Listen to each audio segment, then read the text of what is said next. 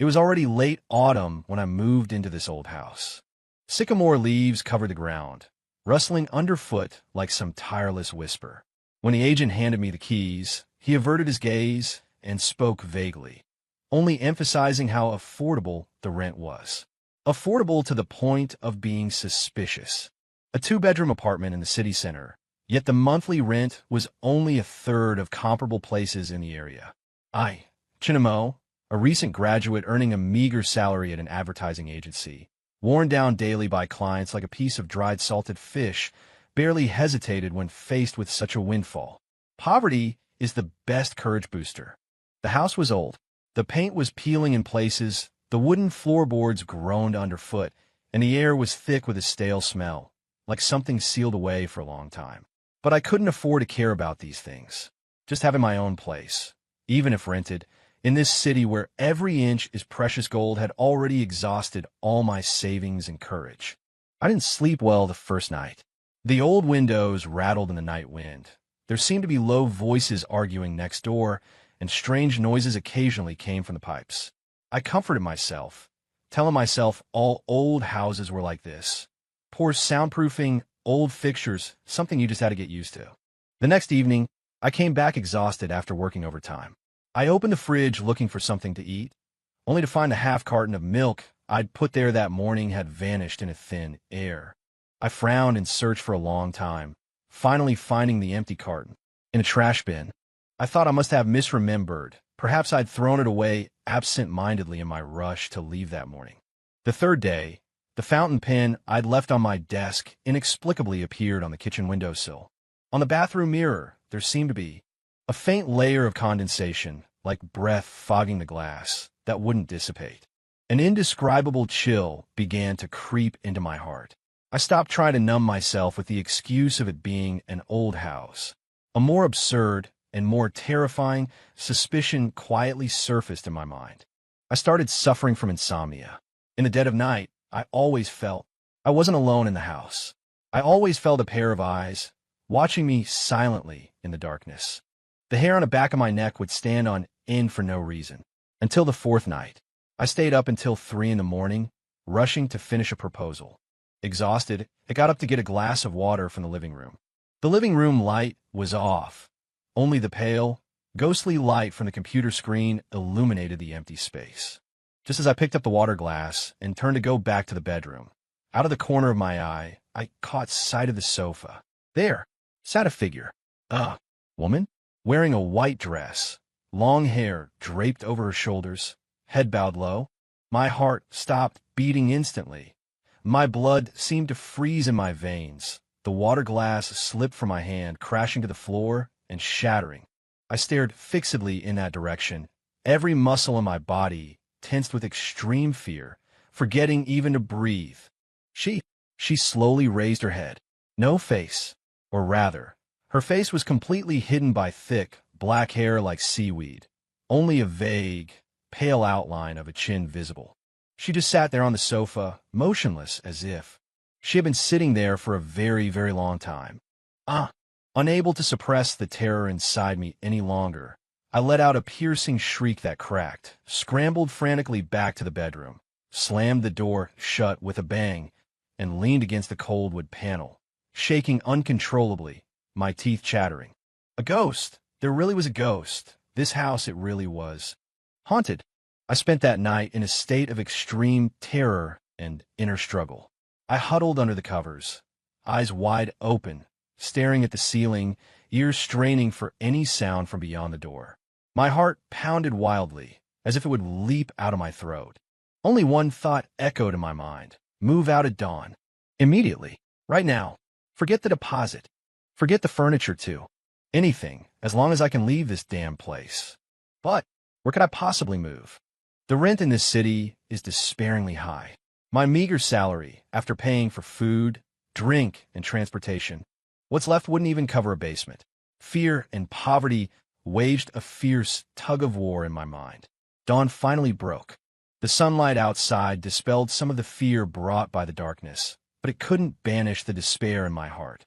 Sporting huge dark circles under my eyes, I carefully opened the bedroom door and peered out. The living room was deserted. The sofa was spotless, as if that terrifying figure from last night had just been a figment of my imagination. But the shards of glass on the floor, and that bone-deep chill, served as stark reminders it hadn't been a dream. I took a deep breath like someone heading to the execution ground and shuffled step by agonizing step to the center of the living room. Then I made a decision, one that struck even me as utterly absurd. I cleared my throat, facing the empty, yet seemingly omnipresent air, and spoke in a voice that struggled for calm, but trembled uncontrollably. The friend, on the sofa. Last night, dead silence filled the air. Only the thumping of my own heart hammered my ears. I know you're here. I swallowed hard and pressed on. Look, I'm just a poor working stiff. Renting this place was all I could manage. If you have some unfinished business or just need a place to stay, I honestly don't mind. Just promise you won't scare me, all right? My voice cracked with a sob. Especially, don't pop up suddenly when I'm on the toilet or taking a shower. Can we lay down some ground rules? Be a pair of respectful, good roommates with personal boundaries. Finished, I glanced around nervously, my heart lodged in my throat. Still nothing. Just when I thought I was talking to myself, ready to give up entirely and just pack my bags and leave. On the coffee table in front of me, the thin layer of dust suddenly began to move on its own. The dust particles, as if guided by an invisible hand, slowly formed a few crooked words. Okay. My eyes flew wide open. My breathing stopped. It actually responded. Before I could even process the shock, next to that word, more words slowly materialized. Also, my name isn't friend. My name is Xiao Qian. Staring at those two lines etched clearly in the dust, my legs gave way, and I nearly crumpled to the floor again. Chunamo, had a feeling that my life sharing this apartment with my new, rather ethereal roommate named Xiao Qian was probably destined to be anything but quiet. What kind of experience is it, having a female ghost for a roommate? For the first few days, I remained in a state of high alert and constant fear. At night, I didn't dare sleep with the lights off.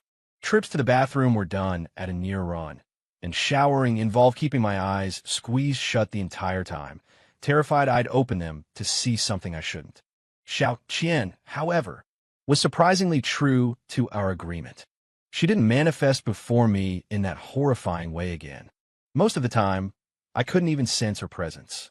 Except occasionally minor, inexplicable paranormal incidents would occur in the apartment. For instance, the remote control I'd casually left on the sofa would suddenly be on the TV stand. For instance, the refrigerator door would gently swing open by itself, then shut again, accompanied by a barely perceptible sigh. Was she missing the taste of food? For example, the devil's ivy on the windowsill, which was almost dead, had actually, miraculously sprouted new shoots. I went from being jumpy and startled at first to later, numb and now, trying to understand. Perhaps she was just too lonely, trapped in this house for who knows how many years, unable to leave, unable to communicate with anyone, only able to watch helplessly as time flows by, as people come and go. One night, I worked overtime until late, dragging my exhausted body back home. Opening the door, what greeted me wasn't the cold darkness, but rather a dim yellow floor lamp lit in the living room. Under the light, on the coffee table, was a cup of water that was still warm. Beside it, still the small words written in the dust. Don't work too hard. At that moment, I froze in the entryway. My heart felt like something had gently nudged it, stirring up a kind of indescribable feeling. Was it warmth? Maybe a little. Was it feeling touched? That seemed part of it too. But more than that, it was a more complex emotion. Absurdity, heartache, and also a sliver of kinship born of shared suffering. One is a stranger in the city, rushing about for a living, struggling hard to get by. One is a lonely soul who has lost her life, trapped in this small space, unable to find release. In a way, we were both trapped people. From that day on, I seemed not so afraid of her anymore. I even started trying to communicate with her, not by speaking out loud. I knew she probably couldn't hear or couldn't respond, but using more everyday methods. For example, I would deliberately buy an extra portion of takeout, place it on the opposite side of the table, then mutter to myself, "This Malatang place is good today. Do you want to?" Catch a whiff. For example, when watching TV, I would turn the volume up a little, then complain about the plot. This male lead is such a scumbag, right? Don't you think? For example, occasionally I would face the empty air, complain a little about work troubles, or tell an unfunny joke. Most of the time, it was still met with silence, no response at all. But sometimes I could feel a subtle shift in the airflow. Or, from some corner, came an almost inaudible soft hum, as if amused. Between us, it seemed a kind of peculiar, unspoken cohabitation agreement was forming. She no longer deliberately tried to scare me, and I was no longer filled with fear toward her. We were like two parallel lines, living in the same space, not disturbing each other, yet, somehow, aware of each other's presence. This feeling was very strange, yet not entirely unpleasant. At least, returning to this empty rented apartment, I no longer felt quite so lonely. As the initial fear gradually faded, it was replaced by a persistent, intense curiosity. Xiao Qian.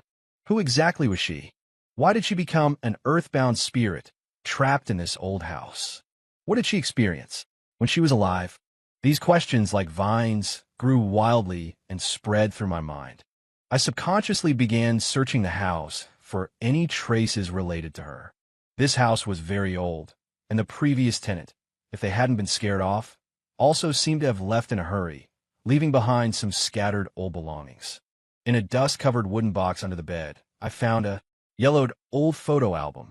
The photos in the album, mostly black and white, documented time from some decade in the last century. Inside, there was a delicate-featured girl in a cheapao with braided hair, a gentle smile. Her features bore a striking resemblance to Xiao Qian's blurry outline. Was it her? On the back of the photo, written in delicate handwriting, were two characters. Awan. Awan. Not Xiao Qian. Could it be Xiao Qian was just a name she gave herself later? Or the name of someone important to her when she was alive? In the photo album, there was also a picture taken together. It was the girl called Awan and a young man wearing a Zhongshan suit and gold-rimmed glasses. The man was gentle and refined. The look in his eyes as he gazed at the girl was full of doting affection. Were they lovers? In the last few pages, the tone of the photos grew dim. The smile on the girl's face vanished, replaced by a kind of indescribable sorrow and haggardness. The very last photo was of her alone, a memento taken standing under what seemed to be a pagoda tree. Her eyes were empty, gazing into the distance. The photos stopped abruptly there. After that, there were only blank pages. My heart felt as if something had tugged at it, aching dully. This girl called Awan. She must have gone through many unhappy things when she was alive, right? Her lingering attachment, her unwillingness to let go. Could it be related to the man in the photos, or that pagoda tree? I tried. When Xiao Qian seemed to be in a good mood, like when the pot hose on the windowsill had grown a bit taller, to ask her indirectly, "Xiao Qian, have you always lived here? Is there anywhere you particularly want to go? Or anyone you particularly want to see?" She still didn't respond directly. But sometimes, when I mentioned words like leave or freedom, I could clearly feel the temperature in the room suddenly drop by several degrees.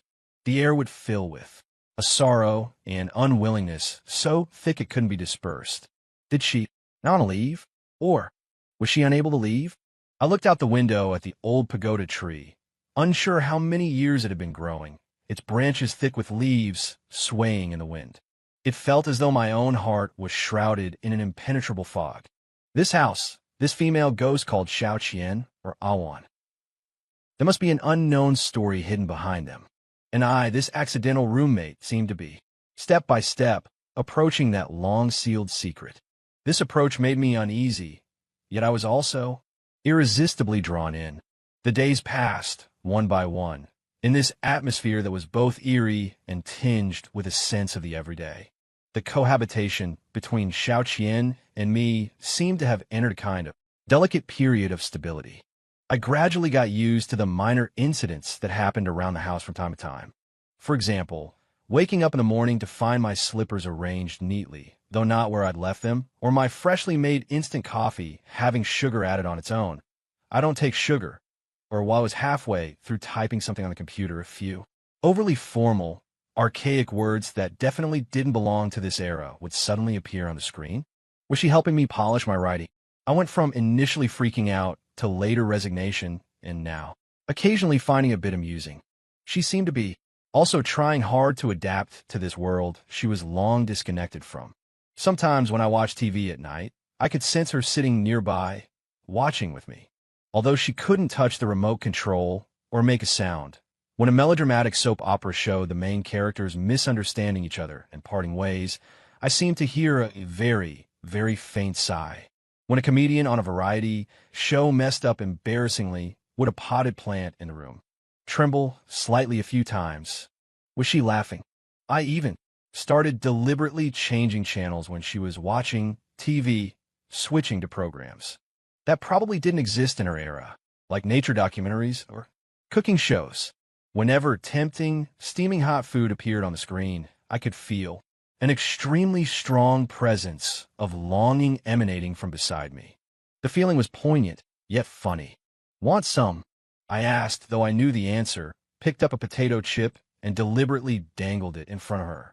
Too bad you can't eat this. Responding to me was the light bulb fizzling and flickering twice. Was she angry? I couldn't help but laugh out loud. After laughing, I also felt a bit heartbroken. Between us lay an insurmountable chasm, separated by life and death. Humans and ghosts tread different paths. This kind of companionship, visible, though mostly indistinctly, intangible, incapable of real communication. What was it, really? Was it just my own one-man show?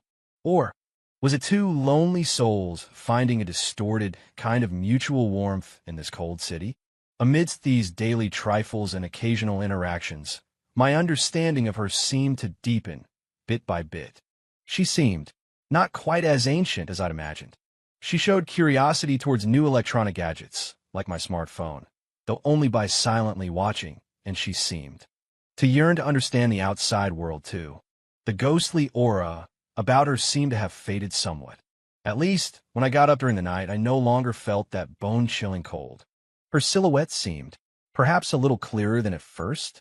Occasionally, in the dim light, could I even faintly glimpse her pale face, hidden behind her long hair. But whenever I tried to get a clearer look, she would vanish like a startled butterfly, quickly fading from sight. Was she afraid of me seeing what she looked like? Or was there some other reason? This closeness yet distance, this visible but untouchable separation, was like a feather gently brushing my heartstrings, stirring up waves of inexplicable ripples.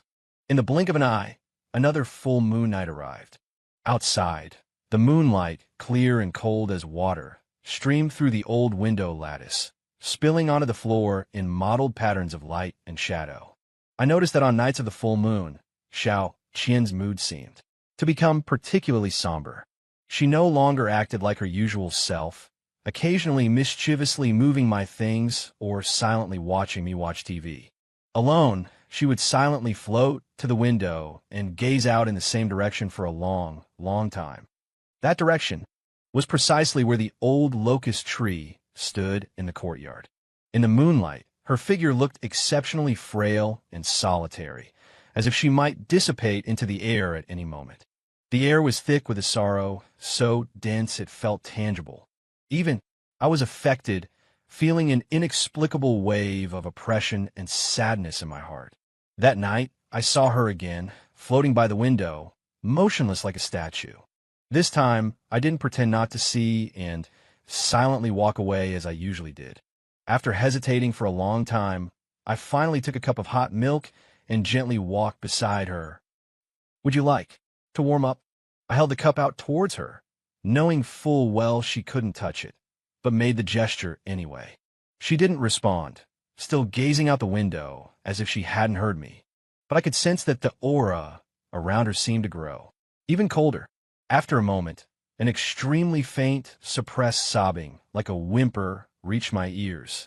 She was crying, silently, desperately weeping. My heart felt as if it had been fiercely stabbed by something. Xiao Qian. I couldn't help but speak, my voice hoarse. Do you have something you can't let go of?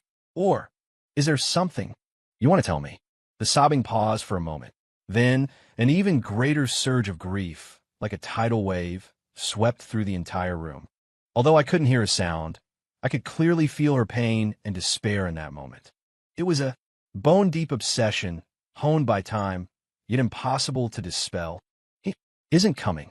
A line of trembling, silver words, woven from moonlight, slowly materialized in the air before me. He? Was it the man in the photograph? We agreed. Under the tree. He isn't coming. The characters blurred, a result of her emotional agitation. Under the tree? Was it that locust tree? Between them, what kind of promise had there been? And what had happened to leave her trapped here, day after day, waiting for someone who would never return? Seeing her look of utter heartbreak for the first time, a strong urge arose within me. I wanted to help her. I wanted to know her story. I wanted to break the shackles binding her, to let her find release. Even if this meant she would leave this house, leave me. Why did I think this way? I didn't know. Perhaps out of sympathy, perhaps out of curiosity, or perhaps it was because during these absurd yet wondrous days of living with a female ghost, I had unconsciously come to think of her as a living, even though she was already dead, roommate who needed understanding and help. In the moonlight, her silhouette remained solitary. But in my heart, it felt as though something had quietly shifted. Just as I resolved to delve deeper into Xiaoqian's past and try to help her break free from her obsession, some unexpected trouble came knocking. Perhaps it was Xiaoqian's presence, or perhaps because the old house itself carried a heavy presence of Yin energy, but gradually I began to feel that other things had started appearing in the house. They weren't like Xiaoqian's presence, tinged with sorrow and restraint, relatively harmless. Instead, they were unwelcome guests filled with malice and an air of greed. At first, it was just subtle occurrences. For instance, food in the refrigerator would inexplicably rot and grow moldy. For example, while sleeping at night, I would hear, besides Xiaoqian's whimpering, a bone-chilling, eerie laughter. For example, black stains resembling claw marks would suddenly appear on the walls. At first, I thought it was my imagination, or perhaps that Xiaoqian had unintentionally caused it due to her emotional instability. Until one night, I was sitting at my computer, working on a proposal, when I suddenly felt a strong, icy, sickening presence assail me from behind. That feeling was completely different from Xiaoqian's cool sorrow, filled with ferocity and hunger. I whipped my head around. I saw a hideous, distorted, dark figure greedily clinging to my back, seemingly trying to suck out my yang energy. Get away! Scared out of my wits, I grabbed the desk lamp and hurled it. The lamp passed right through the shadow and crashed against the wall with a loud bang. The dark figure seemed enraged by my action, let out a piercing shriek, and lunged fiercely at me. At that critical moment, a white figure flashed before me, blocking its path. It was Xiaoqian. Her form was more solid than ever before. Although her face remained indistinct, I could clearly feel the intense anger and powerful sense of protectiveness emanating from her. Begone! An icy cold thought, filled with unyielding authority, manifested directly in my mind. She could actually communicate with me telepathically. The hideous dark figure seemed deeply wary of Xiaoqian. It let out a snarl of frustration, hesitated for a moment, before finally dissolving into a wisp of black smoke and vanishing. Calm returned to the room, leaving only Xiaoqian and me, and my still wildly beating heart. What? What was that just now? I asked, still shaken. Xiaoqian's form seemed somewhat dimmer after the confrontation. She didn't answer, but the room's temperature seemed to drop a few more degrees. Over the next few days, similar incidents occurred several more times. It seemed that my peaceful coexistence with Xiaoqian had made this territory, originally hers, less stable, attracting other wandering spirits from nearby, and even some more malevolent entities looking to claim the turf. And each time, it was Xiaoqian who acted, driving them away. Although she herself seemed greatly drained by this, her form growing dimmer each time. Watching her weaken herself protecting this home, which was mine too, really, an extremely complex emotion welled up inside me. Gratitude, worry, and a sense of partnership forged against a common foe. She and I, two beings who should have been utterly unrelated, perhaps even terrified of each other, had somehow been forced into a united front because of these external enemies? What was this? Human and ghost joining forces to defend their home? Wasn't this plotline just a bit too absurd? But regardless, one thing was certain. This house couldn't continue like this. Whether for my sake or for Xiao Qian's, I had to find a way to resolve her lingering attachment as soon as possible. Let her leave this place of trouble to help Xiao Qian, and also for self-preservation. I couldn't deal with malevolent spirits every day, could I? I began searching more actively, both inside the house and in the surrounding area, for clues related to her past. That old photo album became my only lead. Oh, on. The locust tree. The man with glasses. What kind of story did these fragmented elements point to? I tried bringing the album before Xiao Qian, pointing to the photos and asking her. Don't remember. Head hurts. The thoughts she conveyed to me were filled with pain and resistance. It seemed remembering the past was an extremely difficult thing for her. Apparently, trying to make her remember directly wouldn't work. I would have to find out on my own. That old locust tree became the focus of my attention. It stood not far behind the courtyard, looking ancient with dense foliage, yet exuding an indescribable gloom. Especially at night, when moonlight filtered through the leaves, casting dappled shadows, it always felt as if something was standing beneath the tree. Could it be her lingering attachment was connected to this tree? Plucking up my courage, I carefully inspected the area around the locust tree during the daytime. Finally, near the roots, on a patch of ground concealed by thick weeds, I discovered a slightly raised stone slab. The slab was heavy, etched with some faint, unclear patterns. It took all my strength to move it aside. Beneath the slab was a small, long-decayed wooden box. My heart suddenly leaped. Carefully opening the box, I found only two items inside. A letter, long yellowed, yet with the handwriting still clear, and a small, delicate jade pendant, threaded on a red string, carved with a mandarin duck motif. I picked up the letter and unfolded it. The letter began, "To my husband, may this letter find you well." The signature was on. The letter's content was written in a tone of sorrow and finality. It roughly said that she was gravely ill, her days numbered, and could no longer keep the promise made with her husband under the locust tree. She could only bury the jade pendant, their token of love, beneath the tree, hoping to continue their destined relationship in the next life, and so on. Between the lines, the letter was filled with deep affection for that man, and the pain of not being able to be together. My husband? Juan? Could it be that the girl named Juan in the photo and the man with glasses were already married? Then why would she die here all alone, becoming an earthbound spirit? What about her husband? And this jade pendant? I picked up the smooth jade pendant. It felt cool in my hand. The mandarin ducks carved on it were incredibly lifelike. This must be her so-called token of love, right? Could her obsession be related to this letter, this jade pendant, and that husband who never showed up? If I could just find her husband and give these items to him, wouldn't that resolve her lingering attachment? Holding the letter and the jade pendant, I returned to the room. Xiao Qian was floating by the window, staring blankly at the locust tree outside. I walked up to her and gently presented the jade pendant in front of her. She seemed to sense something and slowly turned around. When her gaze fell upon the jade pendant, her entire figure suddenly began to tremble violently. An aura of grief, even more intense than on the night of the full moon, almost threatening to engulf me, instantly filled the entire room. It's him. He. Why? Fragmented thoughts, filled with pain and confusion, flooded into my mind. It seems this jade pendant is the key. But who is her husband? And where is he now?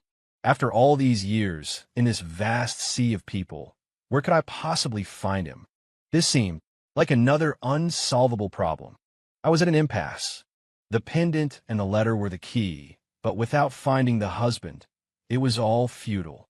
Xiao Qian's state also became more unstable due to the pendant's appearance. Sometimes she would weep sorrowfully. Other times, triggered by memories, she would radiate intense resentment, making the entire house feel as cold as an ice cellar. Even those malicious neighbors seemed deterred by her increased resentment and didn't dare approach easily anymore. For me, this was actually a good thing. At least I didn't have to be constantly on edge, worrying about attacks from malicious ghosts. But I knew this wasn't a long-term solution. Such intense obsession and resentment were also a huge drain on her own soul. If this continued, I feared she would become completely lost, turning into a true, vengeful spirit, capable only of repeating her sorrow and waiting. I couldn't let her become that. But what could I do? Just when I was at my wit's end, a breakthrough occurred, in a way I had never expected. One day, a white-haired old woman, looking to be at least 80 or 90 years old, knocked unsteadily on my door. "Excuse me, does someone named Lynn still live here?" The old woman leaned on the doorframe, asking breathlessly. Her eyes were clouded, and she seemed to have trouble recognizing people. "Named Lynn? The previous owner of this house? Grandma, who are you looking for?" I'm looking for Awan." The old woman's voice held a slight sob. "I was her neighbor, back then. I don't have much time left. Before I go, I wanted to come see her again." "Awan." My heart leaped. I quickly helped the old woman inside. "Grandma, the Awan you mentioned. Is she this girl in the photo?" I took out the old photo album, turned to Awan's picture, and showed it to her. The moment the old woman's clouded eyes saw the photo, they brightened for an instant, then immediately welled up with murky tears. "Yes, that's her. Poor child." The old woman reached out a wrinkled, trembling hand to stroke the girl's face in the photo. "It's been so many years. Is she doing well?" "Doing well?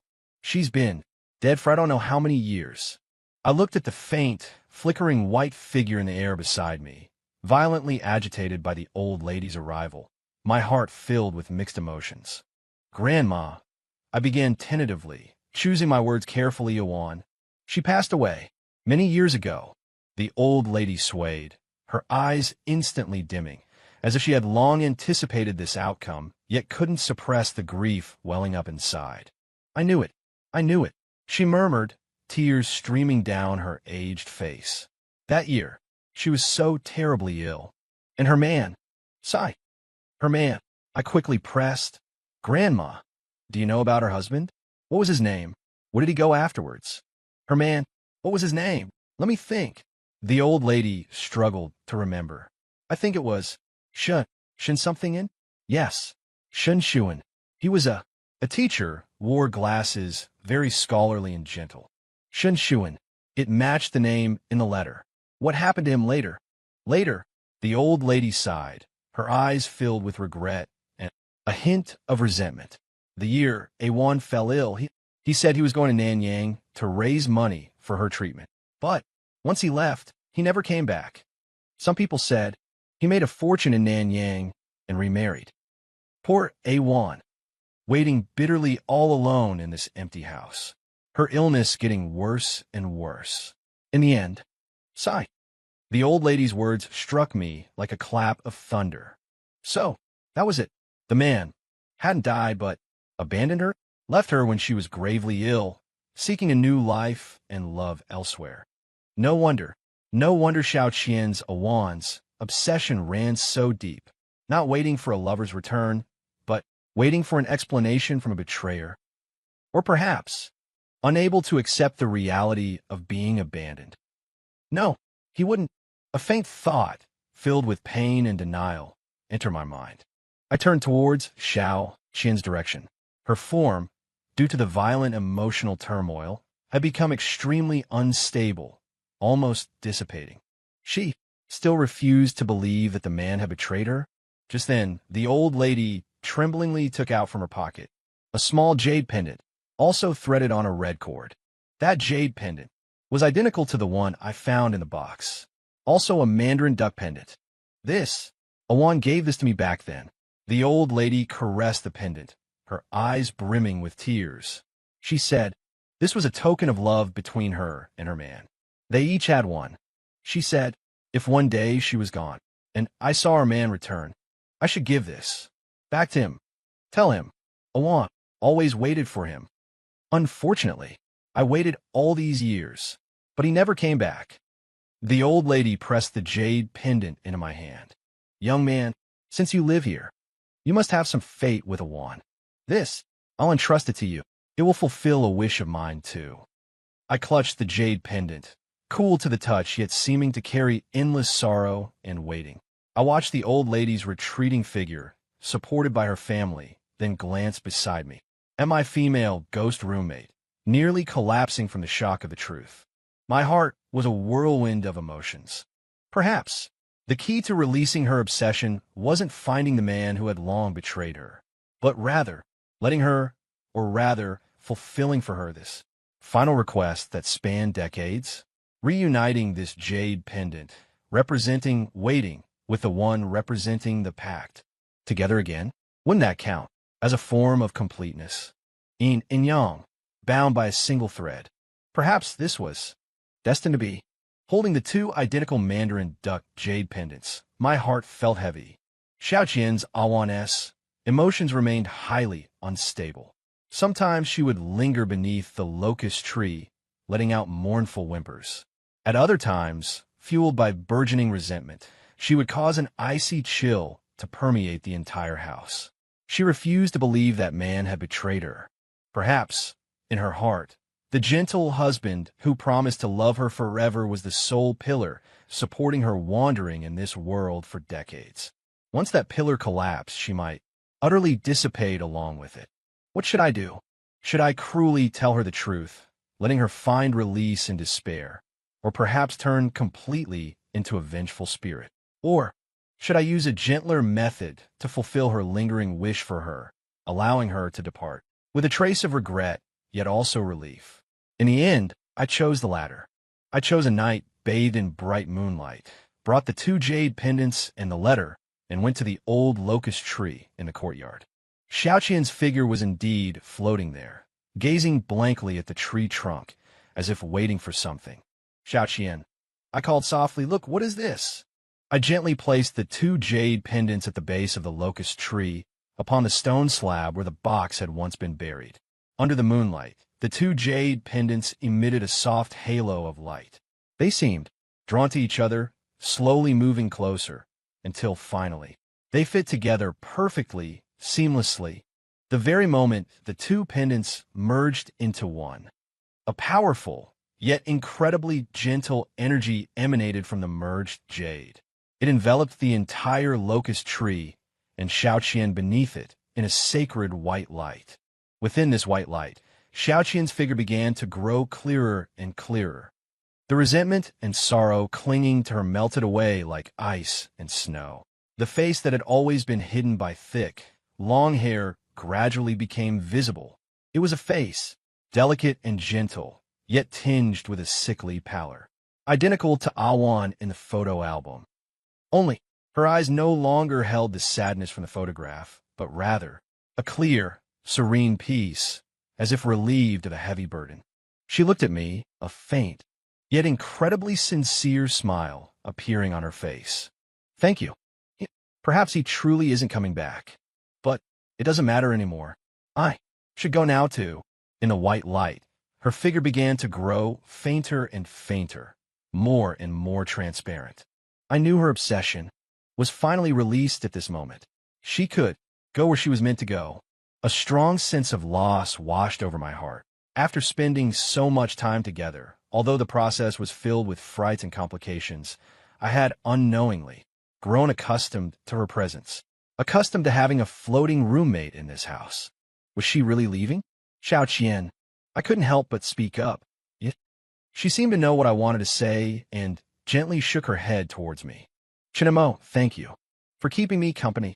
You made these last days feel less lonely. You must live well too.